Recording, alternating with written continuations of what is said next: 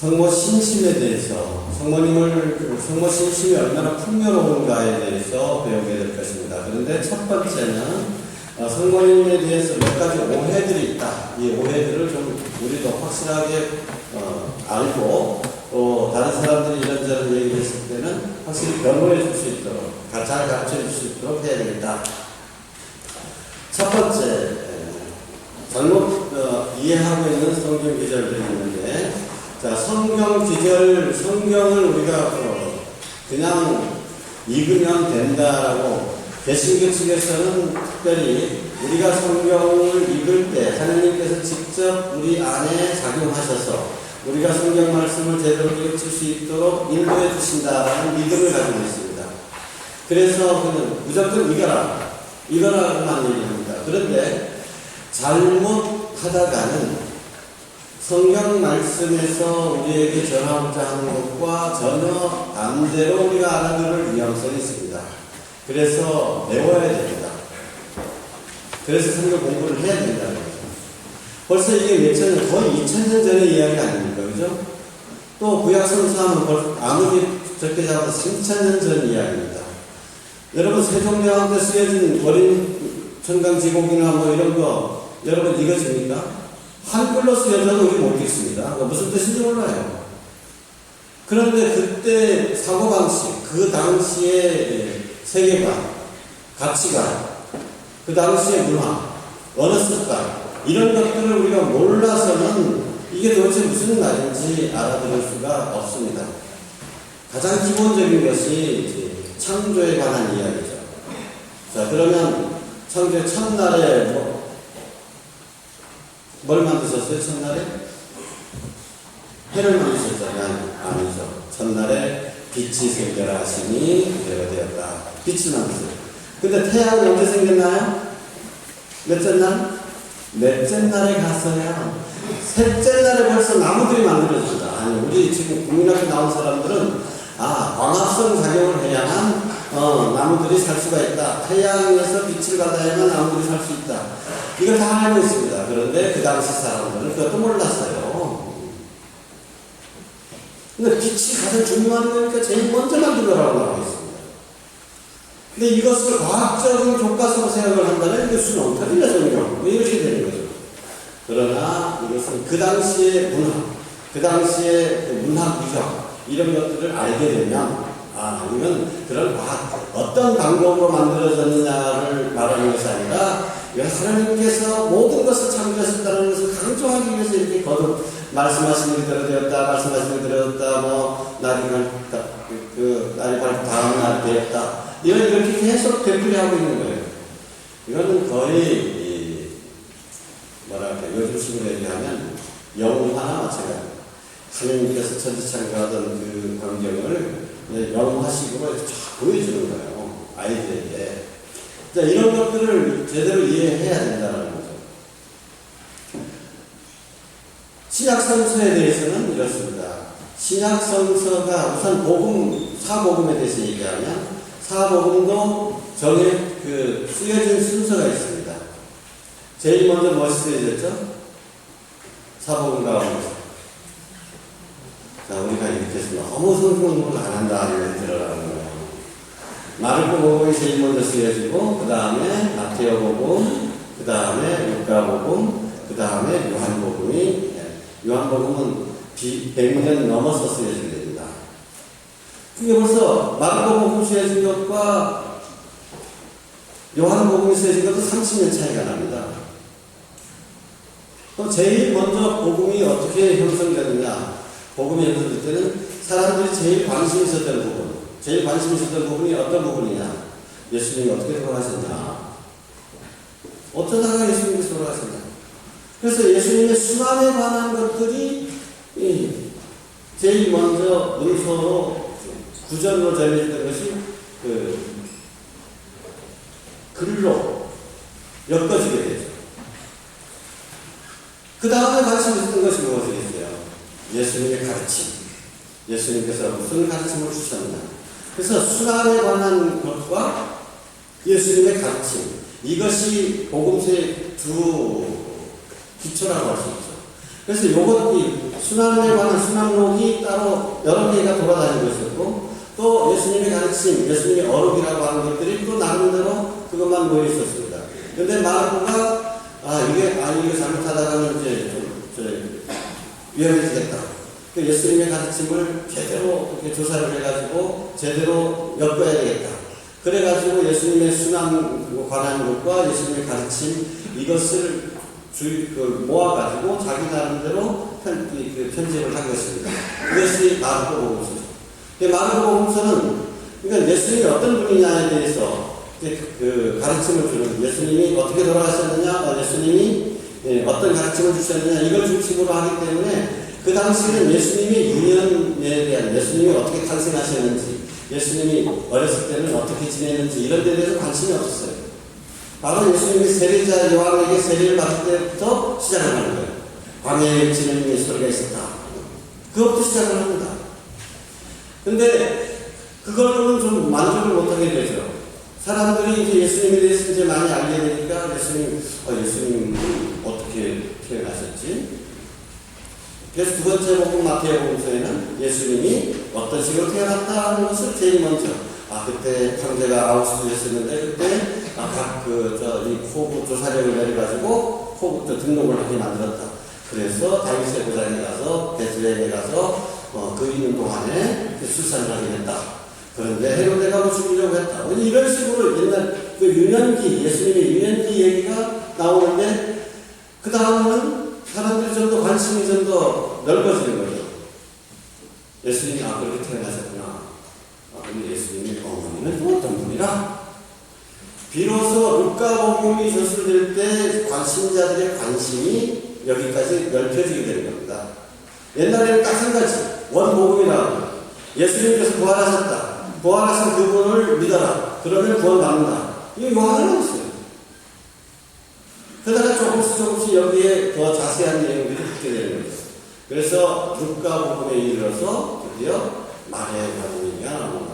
나자렛에 계신데 천사가 이렇게 방문을 해가지고 그래서 예약하고 대답을 했고, 그래서 마리아에게서 예수님이 나시게 됐다. 그리고 또 마태복음이 잘 알지 못했던 여러 가지 유년에 관한 이야기들, 이런 성전에서 드린 이야기라든가 성전에서 찾으신 이야기라든가 이런 것들이 루카복음에만 나오게 되는 겁니다. 그 다음에 마지막에 요한복음이 저술이 되는데, 이 요한복음은 이 세계복음과는 전혀 다른 각도에서 마치 명상가라고 할까, 이 요한복음의 상징이 독수리입니다. 먼 창공에서 내다보는 거죠. 관조라고 할까요?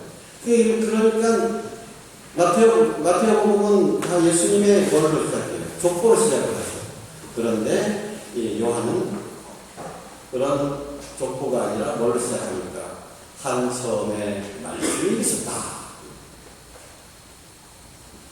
예수 그리스도가 어떤 분이시냐? 바로 하늘분이시다라고 하는 이런 관점에서 복음을 다시 저술을 하게 되는 것입니다. 그래서 이런 내용들을 알다 보면 성경에서도 이렇게 그 연대에 따라가지고 신도들의 관심사가 점점 더 넓어지면서 이런 것들이 더 추가가 되는구나. 그런 것을 일단 알아야 되죠. 그래서 마태복음을 읽을 때는 마태복음에는 성모님에 관한 얘기가 안 나온다. 근데 마태복음에 보면 예수님께서 미쳤다는 소문이 돌았습니다. 그래서 형제와 어머니가 예수님을 찾아 나섭니다. 그런데 그때 어머니와 형제들이 와 있습니다라고 하니까 예수님께서 뭐라고 하셨나? 누가 내 형제는 내 어머니냐? 대답이 뭐였죠? 내 아버지의 말씀을 실천하는 사람들이 바로 내 형제들이요, 내 자매들이다. 이렇게 이야기를 합니다. 개신교에서는 이 이야기를 가지고 봐라, 예수님도 어머니, 육신의 어머니는 별로 개의치 않지 않느냐, 이렇게 해석을 하는데, 이것은 마리아에 관한 얘기가 아닙니다. 뭐에 관한 얘기겠어요? 믿는 사람들에 관한 얘기죠. 그 당시는 마리아에 대해 예수님의 어머니에 대해서는 전혀 관심이 없었던 시각에서 이런 얘기를 하고 있고, 우리가 변호를 하자면 예수님의 형제들 얘기로 나오는데 형제들이란 뭐냐? 뭐 이러죠. 근데 언어 습관으로 따질 것 같으면 형제들이라는 얘기는 제주도 사람들이 잘 쓰는 삼촌이라는 말과 똑같습니다. 삼촌 어디 갔으나 이걸 영어로 번역해 보십시오. 그러면 영어로 읽는 사람들은 아 진짜로 무슨 삼촌인가 보다 하는데 이걸 삼촌 영어로 번역하면 틀린 말이죠. 뭐라고 해야 됩니까? 헤이 뭐 이렇게 하더라. 이렇게 해야 되는 거죠. 근데 우리는 아무나 그냥 어른들 보면 그냥 삼촌이에요. 어디로부터 삼촌이에요. 그냥 어른에 대한 친구예요. 이런 삼촌이라는 거죠. 이 복음에 나오는 예수님의 형제들이라는 말도 사촌, 육촌, 팔촌까지 해가지고 그 동네 친척, 가까운 친척들 다 형제들이라고 하는 것이지 마리아의 진짜 그 뱃속에서 난 형제들을 가르치는 말이 아니다. 그 언어 습관이 그렇다는 거예요. 근데 그런 걸 우리가 이해를 해야 되고 또 그 당시에 자 예수님의 어머니, 내 어머니가 누구냐? 하느님의 말씀을 실천하는 사람이다. 자 그러면 그 맥락에서 보더라도 성모님은 제가 첫 시간에 얘기했죠. 가장 먼저 예수님을 믿었던 최초의 크리스찬이면서 가장 충실했던 마지막까지 충실했던 크리스찬이다. 당시 몸에 잉태된 예수님이 하느님의 아드님이시라는 걸 누구보다도 먼저 알았습니다. 그렇죠. 그리고 예수님을 모신 감식이 그리고 다른 제자들은 다 도망가서도 끝까지 십자가 밑에서 있었던 것입니다. 믿음의 모범입니다. 루카복음에서는 이렇게 성모님을 믿음의 모범으로 우리에게 제시를 하고 있습니다. 그래서 우리가 성모 속에서 하는 것처럼 정말 복되신 분이십니다. 믿었으니 복되신 분이십니다. 엘리사벳의 입을 통해서 성모님을 그렇게 찬미를 하고 있는 거예요. 그래서 마가복음의 그런 대목은 그렇게 그러지 봐라 예수님도 예수께서 성모님 머리를 안 했죠. 이렇게 설명할 것이 아니다. 그 다음에 첫 번째 나온 이야기가 예수님을 찾은 이야기. 루카복음에만 나오는 이야기인데 성전에서 사흘 동안이나 예수님 잊어버리고 그냥 옆에 있거니 했단 말이에요. 보통 사람들은 그걸 잘 이해를 못하죠. 어떻게 어머니 그 아들이 있어 사흘씩이나 잊어버려도 몰라. 이해가 되는 일입니까? 아주 성모님을 아주 못된 어머니처럼 생각할 수도 있죠. 당시 관습을 모르면 그렇습니다. 당시에 여행을 할 때는 남자와 여자들이 딱 깔끔했던 겁니다. 그러니까 요셉하고 마리아가 밤에 같이 만나는 것이 아니에요. 그러니까 나는 여자들은 여자들끼리, 남자들은 남자들끼리 묵는데 그러면 마리아는 예수가 누구한테? 요셉이랑 있겠구나. 그때가 몇 살 때쯤입니까? 12살쯤입니다. 12살쯤 되면 목욕탕에 같이 못 갑니다. 남자아이가 12살 되면. 그러니까 성모님은 그러면 아버지 요셉이랑 있겠구나 하고 요셉은 또 마리아랑 있겠거니 이렇게 하고 가다가 나중에 확인해보니까 어쩌다 만나 예수 어디 있으면 자기 수가 없는 거예요. 있으니까 그래가지고 이제 갑자기 이제 큰일 났구나 해서 찾으러 간 거죠. 찾으러 갔을 때 이제 성모님께서 이렇게 얘기하세요. 왜 이런 일을 우리한테 하냐. 번역이 좀 그렇습니다. 직역을 한다고 하죠.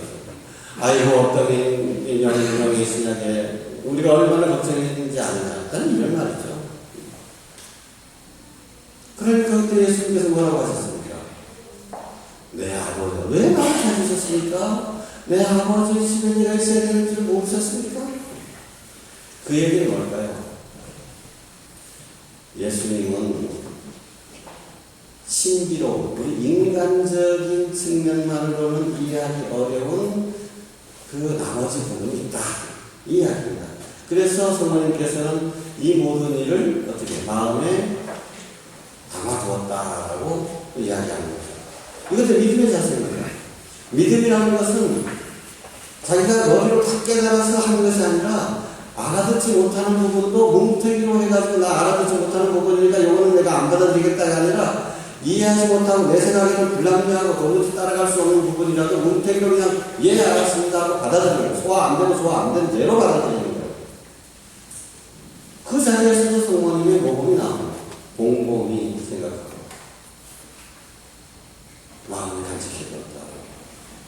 그래서 이런 구절들은 성모님을 안 믿은 핑계가 될 수 없다라고 하는 거죠. 그 다음에 세 번째 요한복음에 관한 얘기가 나옵니다. 요한복음에 예수님께서 첫 번째로 기적을 행하신 것이 언제였죠? 가나 혼인잔치에서였죠. 근데 가나 혼인잔치에서 성모님께서 야, 이 집에 술이 떨어졌구나라고 얘기하는데 예수님께서 대뜸 뭐라고 하셨습니까? 여인이여 그것이 나와 무슨 상관이 있습니까? 근데 두 가지 지적을 하죠. 마리아를 일부러 공격하지 않기 위해서 예수님도 나이를 내가 알아보는데 어머님을 지금 참관할 거 아니오다. 이렇게 성모님을 핍박했다. 주제를 알아야지 말이야. 이렇게 했다라는 식으로 설명을 하는 거고. 그 다음에 또 하나는 여인이여 봐라. 여인이라는 말도 썼잖아. 어머니는 안 했잖아. 근데 여인이여라는 말도 아까 삼촌이라는 말과 마찬가지로 그 당시에 여인이라는 말을 썼던 겁니다. 대표적으로 십자가 밑에서 계실 때 요한복음서가 똑같이 여인이라는 말을 쓰잖아요. 여인이요. 죽는 순간에. 근데 옛날에 공동번역에서는 뭐라고 번역했나요? 어머니, 여인이야라는 말을 우리말로 그냥 직역해버리면 안 된다라는 거예요. 근데 새 번역에서는 여인이라는 말 그대로 번역했어요. 왜? 이 여인이라는 단어가 성경에 굉장히 중요하기 때문에. 왜? 로마서에 보면은 때가 찼을 때 한 여인에게서 아들을 보내셨다라는 말이거든요. 여인. 이 여인은 하와를 뜻하는 말이거든요. 그래서 성모님은 새로운 여인, 새로운 하와로 소개하기 위해서 여인이라는 단어를 일부러 썼고, 또 그 단어는 그 당시에 어머니를 부를 때도 똑같이 통용되던 단어였다. 그래서 실제로 우리가 번역을 한다면 어머니라고 해야 옳은 얘기죠. 그러나 그 단어를 확실하게 가르쳐주기 위해서 여인이라는 말을 그대로 우리가 직역을 하는 거죠. 그냥 여인이다. 그것이 절대 예수님이 어머니를 안 부르고 여인을 불렀다. 그거는 진짜 성경을 너무 모르는 사람이 하는 얘기고. 그 다음에 그때 성모님이 주제넘게 나섰다고 말하는 것, 그걸 예수님께서 그걸 지적하셨다고 하는데 그 문맥 전체를 본다면 절대 그런 결론이 나올 수가 없습니다. 그랬으면 성모님께서는 어떻게 그럼 접점이 내가 잘못해졌구나 해가지고 물러서고 그 다음에 어떻게 때가 안 이루어졌으면 거기서 아무 일도 안 일어나야 돼. 그 이야기를 요한복음사가 전한 이유가 뭐겠습니까? 예수님이 성모님 주제 넘게 나섰다라고 하는 것을 이야기한 것이 아니라, 자, 그럼에도 불구하고 성모님께서는 예수님께 대한 무한한 신뢰를 갖고 계셔서 바로 예수님께서 아직 제가 때가 오지 않았습니다라고 말하는데도 불구하고 하인들에게 가서 이분이 시키는 대로 하여라라고 하셨습니다. 그러니까 예수님께서는 즉시 또 어머니 무상행위가 절대 안 그러세요. 그러면 하인들에게 얘기하는 거죠. 저기 술독에다가 항아리에다가 물을 가득히 채워라. 그리고 채워놓으니까 물을 다 갖다 줘라. 그런데 이 이야기에서 맨 마지막에 요한복음사가 덧붙이는 것이 있습니다. 뭐라고?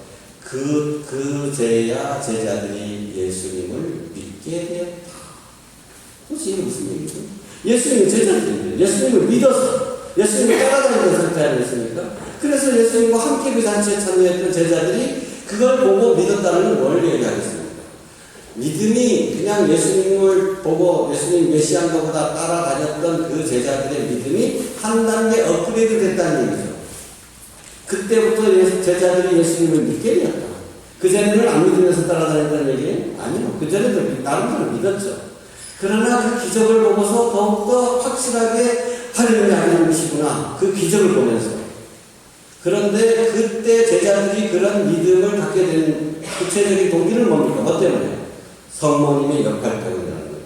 그래서 제자들의 믿음이 커진 것은 바로 성모님의 전구 덕분이다. 성모님의 역할 덕분이다라는 것을 요한복음사가는 전합니다. 요한복음사가는 성모님을 딱 두 번만 입장시킵니다. 가나 혼인잔치와 십자가를 쳤습니다.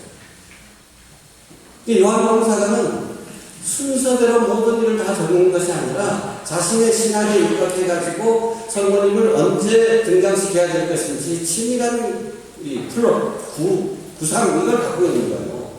그래서 성모님을 처음에 이렇게 첫 기적 때 딱 등장시키고 그 다음에 마지막 십자가 밑에 등장시키는 겁니다. 그건 무슨 뜻일까? 자, 제자들이 성모님 때문에 믿음을 갖게 되었다. 이 이야기이고, 또 제자가 십자가 밑에서 그 이야기의 마지막은 뭐라고 합니까? 그때부터 제자가 성모님을 자기 집에 모셨다. 그래서 제자들을 못 움직이 성모님을 모시고 살아야 된다. 이것이 요한복음서가 이야기하는 것이죠.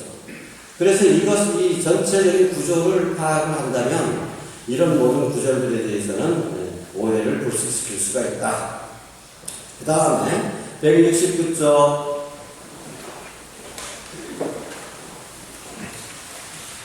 둘째 날, 자, 성모님을 왜 공경해야 하는가? 그 밑에 한번 읽어볼까요? 교회를 시작.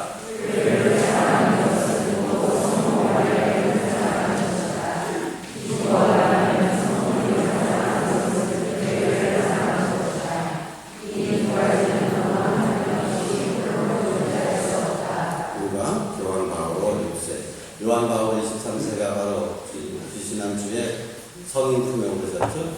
그 다음 교황이 요한 바울 6세도 아니 성인 품에 오르리라고 기대를 했었는데 다른 성인 교황에 비해서 조금 늦어지네요.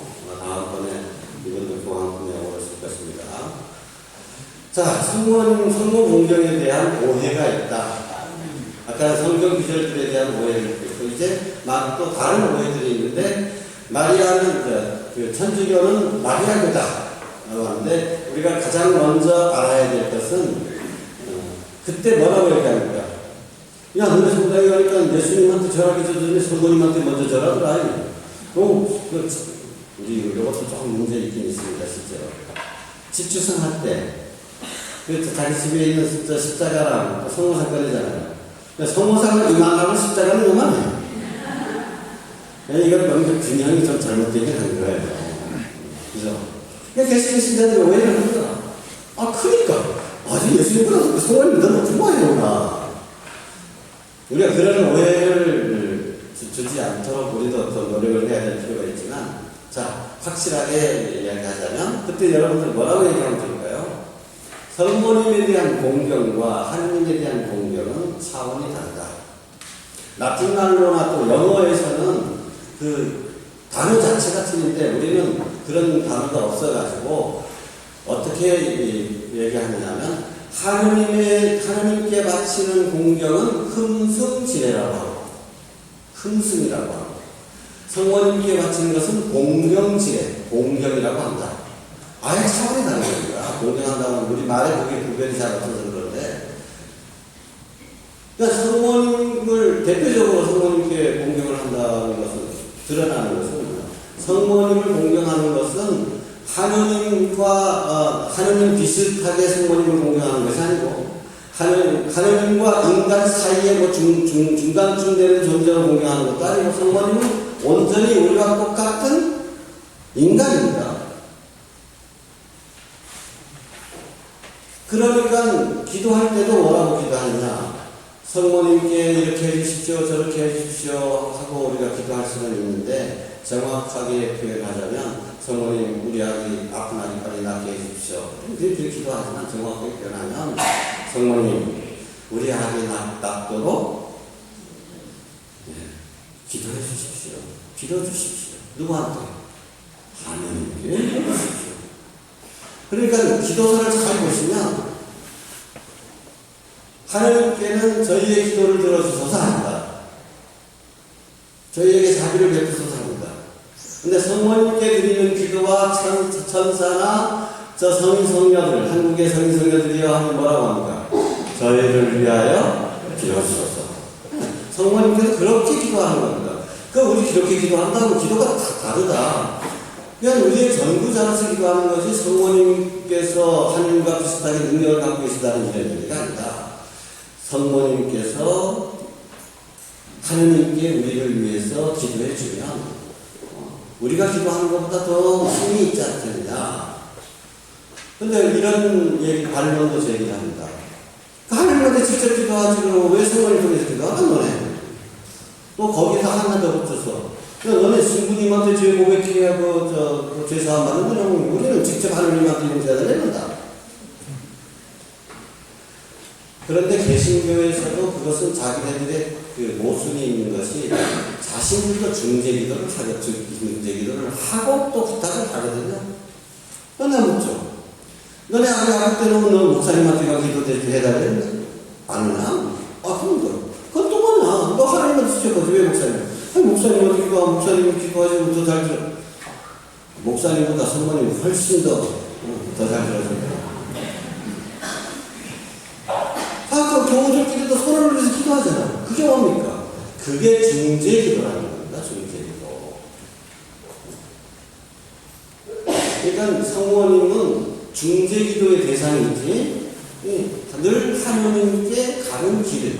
그래서 그 가운데 계시는 것이지. 그래서 우리를 더 도와주는데 중재기도에 힘이 있으신 것이다. 그래서 그것은 개신교에서도 그것을 인정하지 않을 수밖에 없는 것입니다. 자, 그래서 우상숭배, 거기는 지난번에 그 카타리나 회장님 오셔서 이렇게 얘기했다 그러죠. 개신교 먹고 다니는 사람이. 상당한 큰 나라, 거기는 마리아를 섬기는 우상 섬기는 교회다. 몰라서 그런 거야. 하도 예전에, 요즘은 그런 일이 거의 없습니다만, 개신교와 천주교가 하도 대화 안 하고, 서로 그냥 이제 담제하고 이랬을 때, 그때에 나온 것이고, 지금은 개신교에서도 천주교를 인정하는 것이 한 70%, 개신교 교파 중에서 70%는 천주교도 그리스도교다라고 인정을 하고, 근데 우리도 프로테스탄트를 뭐라고 말하니까 달라진 형제라고 그럽니다. 형제. 그래서 이제는 종교일치의 분위기에 따라가지고 성모님에 대해서 별다른 크게 그런 반응은 없고, 제가 지난번에 오래전 일입니다. 과양성당 가서 이 대목을 이야기하니까 이 강의 끝나고 난 다음에 개신교에서 개종한 어느 분이 전화가 왔었어요. 신부님 강의 때 개신교에서 영하는데 우리 개신교는 우리 개신교 나죠. 저도 개신교에서 있다 왔는데 저는 그렇게까지 안 한다. 성모님 공경한다. 이렇게 그 일부에서는 이제 성모님을 아주 공경하는, 루카복음을 보면 공경하지 않을 수가 없잖아요. 그래서 개신교에서 보면 첫 번째 시간에 제가 소개 때 한번 얘기했죠. 정말 부러워하는 것 중에 하나가 성모님에 대한 신심이다. 성모님에 대한 신심. 그리고 그래서 자신들도 수도회를 세우는데 성모님을 공경하는 수도회를 세워요. 개신교에서 하는 얘기입니다. 그래서 이거는 너무 그냥 천주교에 대해서 부정적으로만 보는 사람이 하는 얘기니까, 그럴 때 만약에 대화할 기회가 있으면 야, 너네 개신교에서도 다 변화한다. 특히 성공회 같은 경우 얼마나 성모님을 공경하는데요. 자, 그러면 다시 한번 성모님을 공경하는 이유를 볼까요? 172쪽 성모님을 공경하는 이유. 첫 번째는 물론 기본적으로 이야기할 때는 예수님의 어머니이기 때문에 공경한다. 제가 신자들한테 왜 우리가 성모님을 공경하느냐 얘기하면 90%가 제일 먼저 나오는 대답이 성모님 공경하는 거예요. 성모님은 예수님의 어머니니까 공경하는 거지. 그래서 맞는 말입니다. 맞는 말이에요. 제가 어렸을 때 예배당하고 성당하고 뭐가 틀립니까? 어머니한테 물어봤더니 어머니가 거기 이제 성모님 공경 안 한대. 그럼 우리는 무슨 성모님 공경합니까? 하고 물었더니 어머니의 대답이 그랬습니다. 야, 임금님을 공경하면 임금님 어머니는 뭘 해놓느냐? 중전? 중전 아니고 마누라를 중전이라고 하고, 그 다음 임금님의 어머니는 대비마마, 대왕 대비는 할마, 대비마마 그러잖아요. 임금님을 공경한다면 당연히 임금님의 어머니도 공경해야 되는 건 기본 중에 기본 아니겠습니까? 여러분의 친구를 좋아한다면 친구의 어머니를 공경하지. 그러면 친구 어머니를 크게 관심 없이 친구 어머니한테 함부로 한다면 그거 말이 되는 얘기입니까? 아니죠.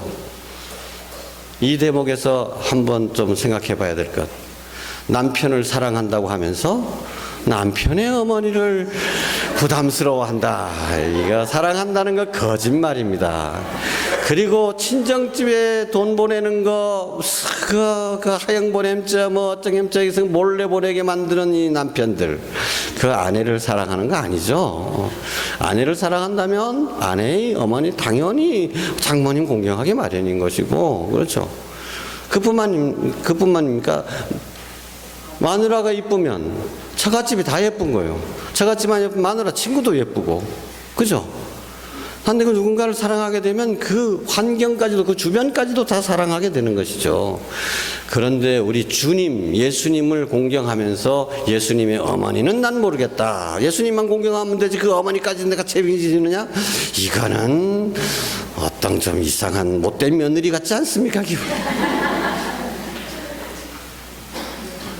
자, 그 다음에 두 번째 뭐라고 하면 173쪽. 자, 요한복음에 따르면 성모님께서 십자가 밑에 서 계셨을 때 예수님께서 이분이 너의 어머니시다라고 하고, 이 사람이 바로 당신의 아들입니다라고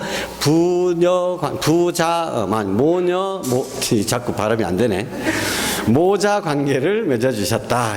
예수님께서 맺어주신 겁니다. 예수님께서. 그럼 예수님께서 맺어주셨는데, 예수님께서 이제 나의 어머니를 너의 어머니로 줄게. 이건 뭡니까? 가장 큰 선물입니다. 예수님께서 최후 만찬 석상에서 빵과 포도주를 이건 내 몸이다. 먹어라. 포도주를 이는 내 피다. 받아 마셔라. 그 십자가에서 실제로 당신의 피 한 방울까지도 저희를 위해서 다 내어주시면서 당신 자신 다 내어주셨어. 근데 한 가지 남은 게 있어. 당신 자신은 아니라고 할 수 있지만 어떤 면에서는 당신 자신이죠. 당신의 어머니. 그러니까 저는 성체성사 못지않게 십자가 밑에서 어머니를 주신 것은 그와 같은 큰 선물이다. 성모님을 우리의 어머니로 주신 것은 성체성사와 똑같은 선물이다. 이 귀한 선물의 가치를 우리가 알아야 된다. 근데 왜 이걸 선물이라고 할까요? 선물은 우리에게 좋으니까 주시는 겁니다. 좋으니까. 아이고 나 죽어버리면 어떡하느냐. 우리 어머니 불쌍해 어떡해요. 아이고 혹금 부탁할게. 예수님이 그런 인간적인 면모를 보이십니까? 요한복음에는 그런 인간적인 면모가 하나도 나오지 않습니다.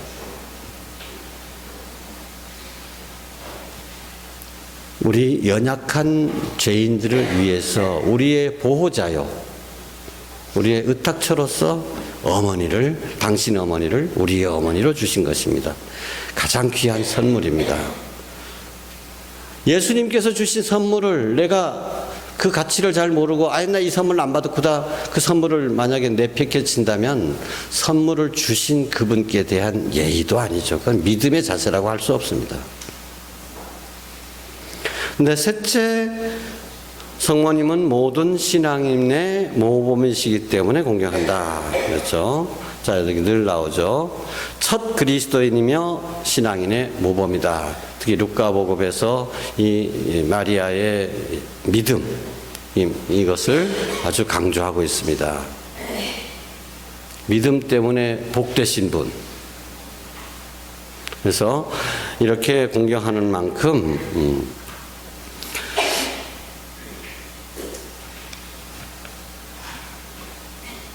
성모님처럼 우리도 제대로 믿어야 되겠다. 자, 다섯 번째 보십시오. 네 번째 잠깐 볼까요? 예언돼, 복음서에 예언돼 있다. 성모님께서 엘리사벳을 방문했을 때 엘리사벳이 성령을 가득히 받아서 정말 노래를 합니다. 내한테 무슨 복이 있어서 이렇게 주님의 어머니께서 친히 나한테 오시는가. 당신은 정말 복되십니다. 주님의 말씀이 그대로 이루어지리라 믿으셨으니 당신은 정녕 복되십니다. 성경 말씀이 거짓말인가요? 성령께서 막 엘리사벳을 통해서 하신 말씀이잖아요. 거기에 성령을 가득히 받았다는 표현이 나옵니다. 엘리사벳은 그냥 자기 인간적인 마음에서 한 것이 아니라 성령을 가득히 받아서 마리아 안에 예수님이 계시다는 것을 성령께서 깨우쳐 주셨고, 그 찬미의 노래도 성령께서 이끌어 주신 노래입니다.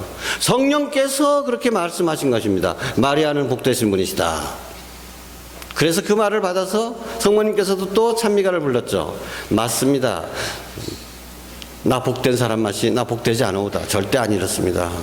정말 맞는 얘기입니다. 이제부터는 만세가 세대로 전해져 내려가지고 영원히 나를 복되다고 할 것입니다. 왜? 하느님께서 이 비천한 인간에게 큰 일을 해주셨기 때문입니다. 하느님의 업적을 찬양하는데 거기에 성모님께서는 맞아요. 그래서 자기는 영원히 복된 사람이에요. 그래서 복되신 동정 마리아, 복되신 동정 마리아. 그럼 우리 늘 앞에 그걸 붙이는 겁니다. 복되신 동정 마리아. 성경에 예언된 그대로입니다. 이 예언이 이루어져야 될까요? 안 이루어져야 될까요?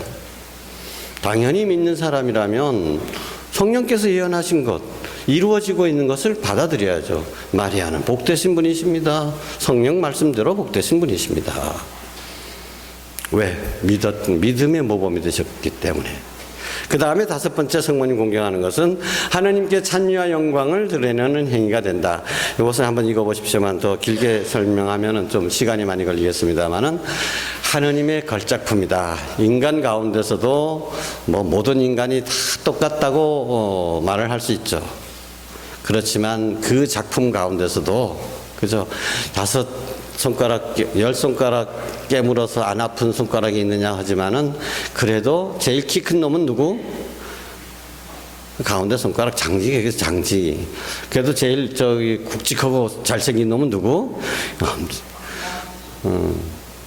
인간 가운데서도 가장 당신의 걸작품으로 만들어 놓으셨어요. 미리 죄에서 해방되게끔 미리 그렇게 해주셨다. 그러면 원죄 없이 잉태되신, 그렇게 당신이 공을 들여서 성모님을 가꾸어 놓으신 겁니다. 자, 이 이야기를 한번 하죠. 성모님께서 인간들은 다 원죄 물좀이 있으신데 왜 성모님만 원죄가 없느냐? 그거는 이렇게 설명하면 딱 좋습니다. 여러분의 자녀가 한두 달 동안 어느 집에 맡겨져야 돼요. 여러분이 부득이한 사정 때문에 집을 비우게 됐어. 미국을 간다든지 이렇게 해서. 그럼 자녀를 내가 데리고 갈 형편을 못 되고 누구한테 맡겨야 된다. 그러면 여러분 누구한테 맡기겠습니까?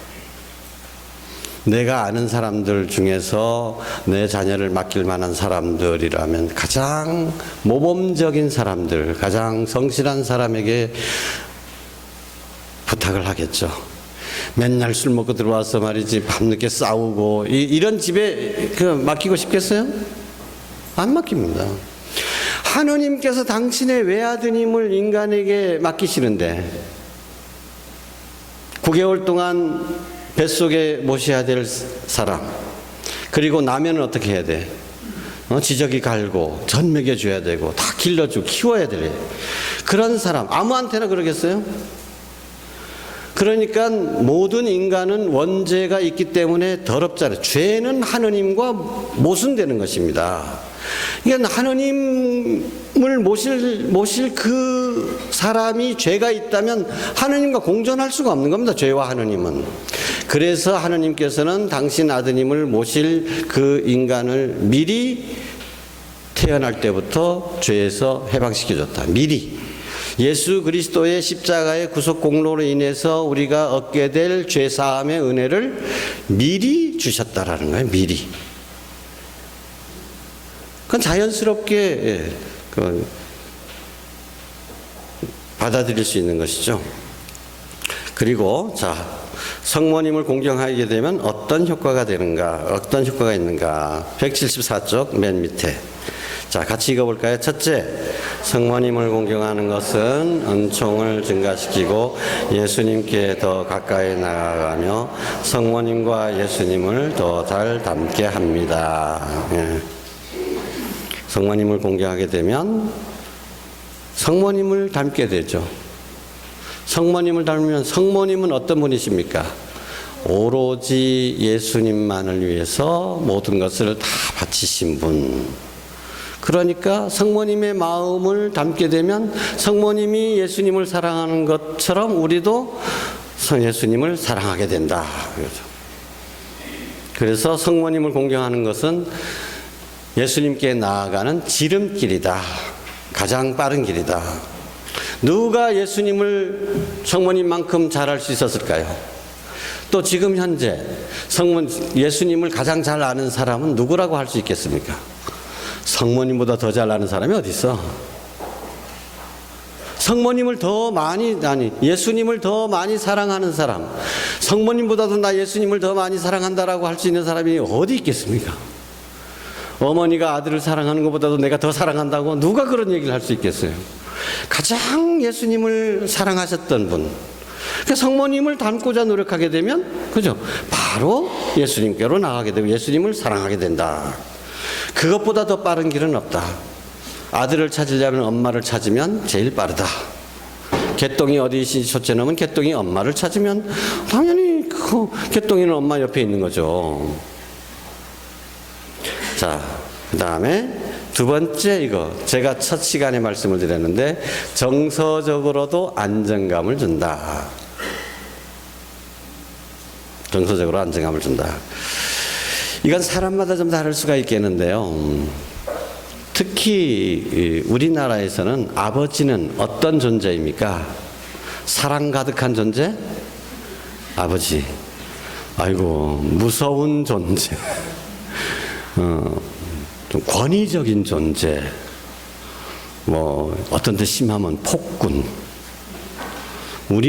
아버지가 우리말 요즘 부모님들은 좀 안 그렇습니다만은 옛날 아버지 하면은 아주 그냥 그러니까 욕하는 것은 아버지의 역할이고 뒤에서 우는 눈물 닦아주는 것은 어머니 역할이라. 그렇게 아주 그냥 사회적으로 분담하는 것처럼 만약에 그렇게 아버지는 자식들을 엄하게 키워야 된다. 이런 게 그냥 진리처럼 그렇게 돼 있었어요. 그래서 따뜻한 마음을 가진 아버지들도 자식을 위해서 돌아서서 눈물을 흘릴 망정 절대 자식들 앞에서는 약한 모습 보이려고 안 하고 그냥 근엄한 모습만 보이려고 했단 말이에요. 그러니까 하느님 아버지 할 때도 아버지에 대해서 우리 느낌이 우리 아버지한테서 받은 느낌, 그것이 가로막혀 있어가지고 품에 팍 안기질 못해. 그 돌아온 아들에 대한 이야기 있잖아요. 그냥 어디가 아버지 재산 다 탕진하고 돌아와가지고 상거지가 돼가지고 돌아왔는데 아들이 달려가서 안아주고 아버지 잘못했으다 말하지도 못하게 아이고 됐다, 아이고 살아 돌아온 것만 해도 다행이야. 이런 아버지. 그런 아버지도 있을 건가? 너무 거리감이 느껴져, 거리감. 또 어떤 경우에는 아버지에 대해서 상처를 많이 받습니다. 아버지가 진짜로 그때 아버지들 가운데서는 아버지답지 않은 아버지들도 많이 있었어요. 내팽개치고 애가 지금 아픈지 밥을 굶는지 그런 것도 관심 없이 자기 할 것만 하고 그냥 드르싹 내버렸다 한 달 뒤에 돌아오고 경혜도 아버지라는 큰 소리만 치고 오래간만에 와가지고 그냥 안아주는 게 어디 있어. 좀 마음에 안 들어 괜히 야단치고 때리고 이렇게 그냥 아버지로부터 상처받은 이런 마음이 있단 말이에요. 그럼 어떻게 하느냐? 하느님 아버지, 좋으신 아버지, 이게 안 돼, 느낌으로. 그런데 어머니 하면, 성모님 하면 그런 상처를 받은 사람들에게 있어서도 정서적으로 또 많은 도움을 준다는 거죠. 그러니까 성모님의 모습은 사실은 하느님 아버지의 모습인데 우리가 그걸 우리 상처 때문에 우리의 나약함 때문에 하느님 아버지의 모습을 다 받아들이지 못하는 거야. 그래서 우리 때문에 성모님의 존재, 성모님의 이미지가 하느님 아버지에 대한 그 모습을 전적으로 다 받아들일 수 있도록 도와준다라는 거예요. 성모님 계시다는 것이. 하느님이 부족하다는 얘기가 아닙니다. 그 우리 때문에 그런 거예요. 그래서 성모님을, 하느님 아버지를 공경하고 성모님을 공경하는 가톨릭 신자들은 정서적으로도 더 안정되어 있을 수밖에 없다라는 거죠.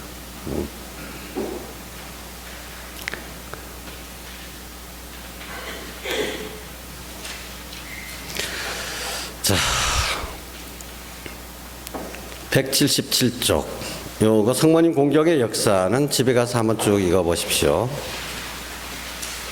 요 교회 안에서 뭐 늘 성모님, 중세기 신자들한테는 너 하느님, 이런 얘기가 있어요. 제가 신학교 때 이태리에서 공부하고 온 신부님한테 들었는데, 자기가 택시를 합승을 해서 타는데, 택시 운전사는 무신론자라. 그런데 이제 천주교 신자랑 둘이가 택시 타고 가면서 말다툼 하는데, 뭐 하느님이 있냐? 이렇게 택시 운전수가 그렇게 얘기하니까, 하느님이 이렇게 해서 있지 않느냐? 이렇게 얘기하니까 뭐 그 엉터리고 이러니까 하느님 없다. 그러니까 말싸움 하다가 좀 지니까 신자가 뭐래? 그러면 성모님도 없냐? 성모님은 있지. 무신론자도 성모님은, 예수님은 인정 안 해도 성모님은 인정한다는 거예요. 예. 어쨌든 우리 신앙생활에서 성모님의 존재라고 하는 것은 그만큼 보물이죠. 자, 성모님을 공경하는 189쪽.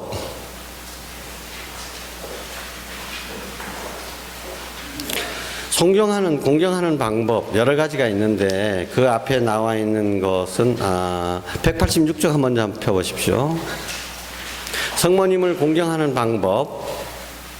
성모심심을 실천하는 일인데, 성모심심을 실천한다는 게 어떤 것이냐? 성모님께 대한 성경과 교회의 가르침을 받아들인다. 이건 당연한 거죠. 그 다음에 우리 교우들이 조금 좀 아쉬운 점이 메시지입니다. 성모님의 메시지. 루르드의 성모님 메시지, 파티마의 성모님 메시지.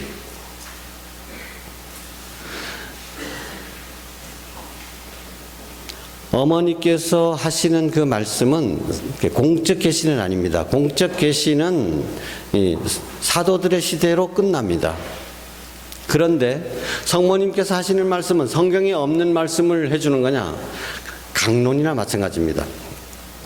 복음을 읽죠? 사제가 복음을 읽고 복음에 대해서 뭐 세월호 사건과 연관시켜서 얘기할 수도 있고, 다른 사건과 연관해서 우리 일상생활에서 나오는 그런 사건들과 연관해가지고 강론을 하잖아요. 우리 시대에 이 복음 말씀을 어떻게 적용시킬까? 이것이 성모님의 메시지입니다. 그러니까 성모님의 메시지는 본당 신부의 강론도 아니고 성모님이 강론하시는 거야. 그러니까 그것을 잘 연구를 하고 받아들여야 된다. 그래서 이제 성모신심이나 이 세미나 안에도 성모님의 메시지들이 다 나와 있습니다. 중요한 부분들은 다 나와 있어요. 이 책만 잘 보시더라도 중요한 메시지는 다 읽을 수 있는데, 나중에 여러분 기회가 닿는 대로 루르드 성모님에 대해서 좀 공부를 하십시오. 루르드. 그 다음에 파티마의 성모님에 대해서 좀 공부를 하시고요. 그 다음에 메주고리에 대해서도 그러 마찬가지고 아주 영성생활에 크게 도움이 됩니다. 공적으로 교회가 인정한 그 성모님의 발현 메시지들 참 도움이 될 것입니다. 그리고 성인 성녀들의 가르침, 이것도 중요하죠. 그 다음에 성모님의 역할을 인정하고 받아들임, 188쪽. 첫 번째, 성모님을 요한복음의 가르침에 따라서 이분이 뭐라 그랬습니까? 너의 어머니시다 라고 했어요. 너의 어머니시다.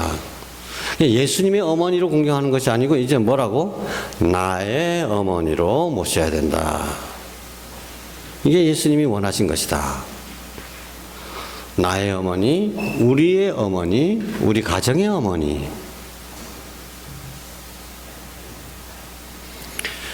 그리고 둘째, 성모님은 예수님께 인도해 주시는 분이시다. 또 성모님은 은총의 중재자시다. 봉헌 신심에 대해서 몽포르의 성 루도비코 성인이 이런 얘기를 했습니다. 우리가 무슨 기도를 하든지 아니면 어떤 신심을 봉헌하든지 희생을 봉헌하든지 이렇게 하나님께 드릴 때 성모님을 통하여 바치지 않는 것은 위험한 짓이다. 그건 뭐라 그랬습니까? 왜 위험하다 그랬을까요? 예를 들어서 여러분이 정성껏 밑강을 가꿨습니다. 이번에는 당도가 너무 잘 나왔어. 너무너무 기가 막히게. 그래서 아주 그 중에서도 양지 바른 곳에서 난 것들만 골라가지고 이거 저 하느님께 바쳐야 되겠다. 근데 루도비코 성인은 임금님한테 바친다고 생각해봐라. 그러면 이거 너무 맛있는 거니까 임금님 해가지고 임금님한테 직접 바치는 것은 위험한 짓이다. 왜? 제일 맛있는 거라고 해서 제일 또 좋은 거라고 해서 내가 거기다 케이스 해가지고 상하지 않게 바쳤지만은 가는 도중에 달그랑달그랑 하다 보니까 또 겉으로 기스 나버릴 수도 있고 또 상처라는 것이 안에 날 수가 있어. 겉으로 보기엔 멀쩡한데 안에 또 썩는 것이 있을 수도 있어. 그러니까 임금님이 밑강 딱 한라봉 딱 열으신 뒤 겉은 멀쩡해진 뒤 쏘급에 썩어버렸다. 이가 이런 걸 나한테 갖다 했냐? 이럴 수 있다라는 거죠. 그런데 현명한 농부라면은 누구를 통해서? 왕비를 통해서 바칠 것이다. 그러면 왕비가 루도비코 성인이 얘기한 사과였어요. 사과를 만약에 사과를 탁 깎아가지고 깎다가 보니까 어디 소금에 그 벌레 먹어본 데가 있어. 그러면 그 벌레 먹은 데는 싹 도려내가지고 거기다가 예쁜 꽃을 하나 딱 꽂아가지고 은쟁반 해가지고 아이고 여기 하기성당에 요셉이가에 이거 바친 거보다 이렇게 해줄 것이다 이거죠. 그게 봉헌이 성모님을 통한 봉헌이 얼마나 좋은 것인가. 그거의 비유를 들었어요. 조금 있다가 이제 신심에 대해서 묵주기도 성모 신심 가운데서 가장 중요한 게 묵주기도자. 첫 번째 묵주기도가 나올 겁니다만은 여러분 솔직히 묵주기도 할 때 분심 안 들고 묵주기도 성모성 몇 번 합니까? 5단 바치면은 50개잖아요. 50 위에서부터 하면 50개. 보통 50개잖아요. 성모성 50번을 하는 동안에 한 번도 분심 없이 성모성 온전히 해가지고 그렇게 기도하는 게 몇 번쯤 될까요? 몇 개쯤 될까? 난 하나나 되나 마나.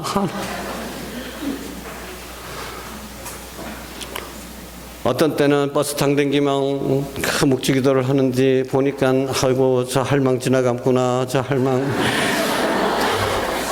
아이고 자리 누가 안 비울 건가. 저 아이가 빨리 내릴 건가. 여기가 빨리 내릴 건가 하고. 하다 보면 묵주는 돌렸죠. 묵주는 돌렸는데 보니까 벌써 사단되신 게 어떤 때는 또 벌써 이거 몇 단이가 이거 몇 단인지도 몰라. 그런 기도를 로사리오 기도가 로사리오라는 게 무슨 뜻입니까? 장미 꽃다발이라는 뜻이잖아요. 로즈 장미 꽃다발인데 이 장미 꽃다발 우리가 성모성 한번 할 때마다 장미 꽃송이가 한 속에 팍팍 피어나는 거예요. 그것을 저 신부님 영명 죽일 때 목걸이에 걸어드리는 것처럼 내 묵주 한 개미 하면 하나님한테 걸어드린단 말이에요. 근데 보니까 이 벌레 먹은 거, 이 장미 향기가 나기는 그냥 다 벌레 먹었고 시들었고 다 꽃잎 다 빠져버렸고 그런 거를 하느님 목에다가 걸어드린다고 상상해 보십시오. 여러분 기도하는 거 그대로 바친다면은 그게 모독이지. 근데 그럼에도 불구하고 우리가 왜 묵주기도를 그렇게 바칠 수 있느냐? 성모님을 통해서 바치는 기도기 때문에 그렇다. 성모님을 통해서 바치니까 성모님께서 우리 그거 진짜 벌레 먹은 놈 그 빠진 거 그거 한 거 다 벌레 먹은 것은 다시 다 깨끗하게 해가지고 또 빠진 것은 성모님이 대신 메꿔주고 거기다가 또 이렇게 그 스프레이로 물 쫙쫙 뿌려가지고 잘 싱그럽게 해가지고 이거 화북성당의 대례사가 봉헌한 겁니다 해가지고 하느님 아버지 목에다 걸어준단 말이에요. 얼마나 좋은 기도가 되겠습니까? 성모님을 통해서 한다는 게 이렇게 좋은 겁니다. 성모님 하면서 성모님께 꽃을 바치면 성모님